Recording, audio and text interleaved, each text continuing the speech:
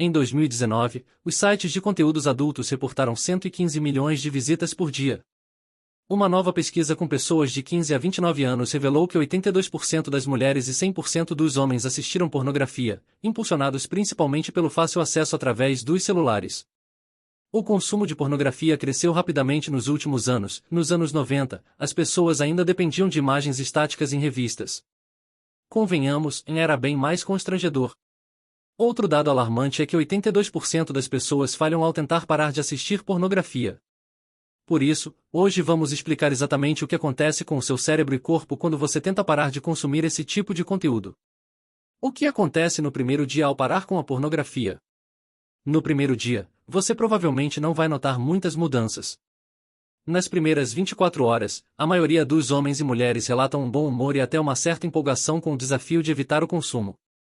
Algumas pessoas aproveitam o tempo extra para ler um livro, cozinhar algo novo ou simplesmente encarar a parede. A quem nunca? Segundo dia, os sintomas começam a aparecer.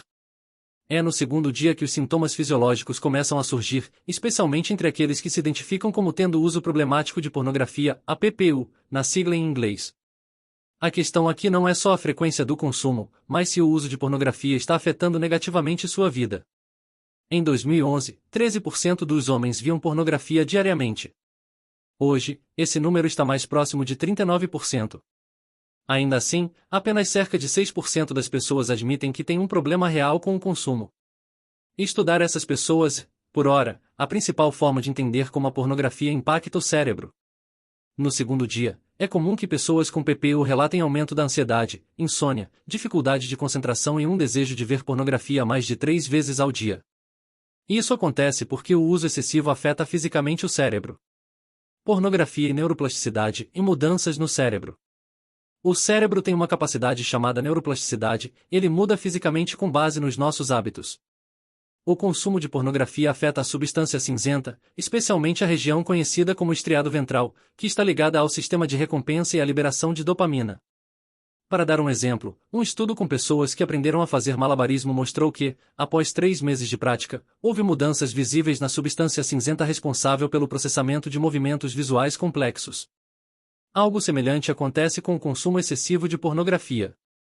Em um estudo com 28 homens com PPU e 24 sem, observou-se que os primeiros apresentavam alterações físicas nessa região do cérebro. A dopamina, que é o neurotransmissor ligado à motivação, prazer e sobrevivência, é altamente influenciada por estímulos como comida, amor, amizade, e também por sexo e novidade, que estão presentes em abundância na pornografia. Navegar por diferentes vídeos, abrir várias abas e buscar o vídeo certo mantém os níveis de dopamina elevados por longos períodos, alterando fisicamente o cérebro e tornando mais difícil parar. Entre o quarto e o sétimo dia, o pico da recaída. A maioria das pessoas volta a consumir pornografia entre o quarto e o sétimo dia.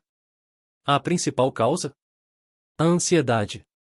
Um estudo demonstrou que pessoas com uso problemático de pornografia apresentavam níveis mais altos de ansiedade, mesmo sem um diagnóstico clínico de transtorno de ansiedade.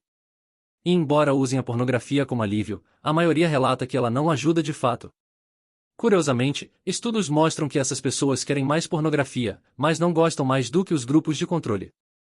Isso ocorre porque a pornografia atua como um estímulo supranormal. O que é um estímulo supranormal?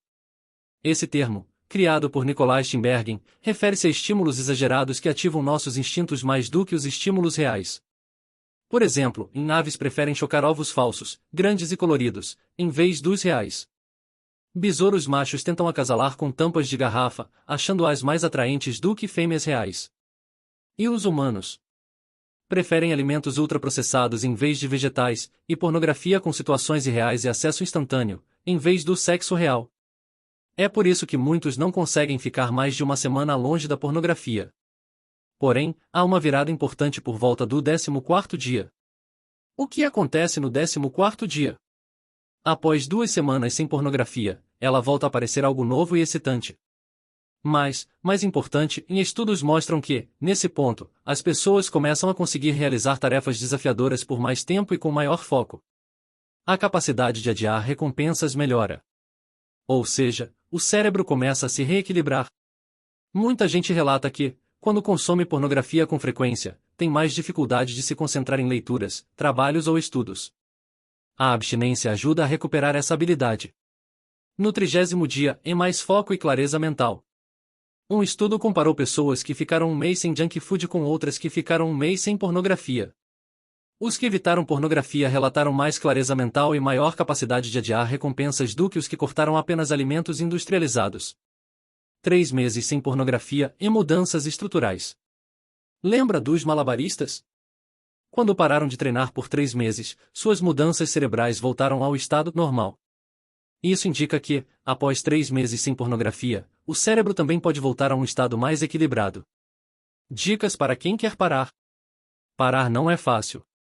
Cada pessoa precisa descobrir o que funciona melhor para si. Mais conhecimento é poder. Entender como o cérebro responde à pornografia pode ajudar a quebrar o ciclo. Algumas sugestões. Item: pratique mindfulness e meditação para reduzir os estímulos da vida moderna. Item: substitua a pornografia por experiências novas e reais. Cozinhe algo diferente, conheça pessoas novas, explore lugares. Item: tente se masturbar sem o auxílio de pornografia. Pode parecer estranho, mas ajuda o cérebro a reaprender a reagir a estímulos reais. Um alerta sobre os estudos. Vale lembrar que muitos estudos sobre pornografia têm raízes em preconceitos, homofobia, transfobia, misoginia. É preocupante quando pesquisas começam afirmando que alguém tem um problema simplesmente por consumir conteúdo LGBTQIA+, antes mesmo de analisar os impactos neurológicos. A ciência precisa ser imparcial e baseada em dados, não em julgamentos morais. Conclusão: precisamos falar sobre isso. O uso de pornografia aumentou durante a pandemia, especialmente em países com medidas de isolamento. Isso mostra que o tema é urgente. Precisamos falar sobre saúde sexual com seriedade e empatia. E, acima de tudo, reconhecer que somos seres sexuais, mas também inteligentes, conscientes e capazes de mudar nossos hábitos.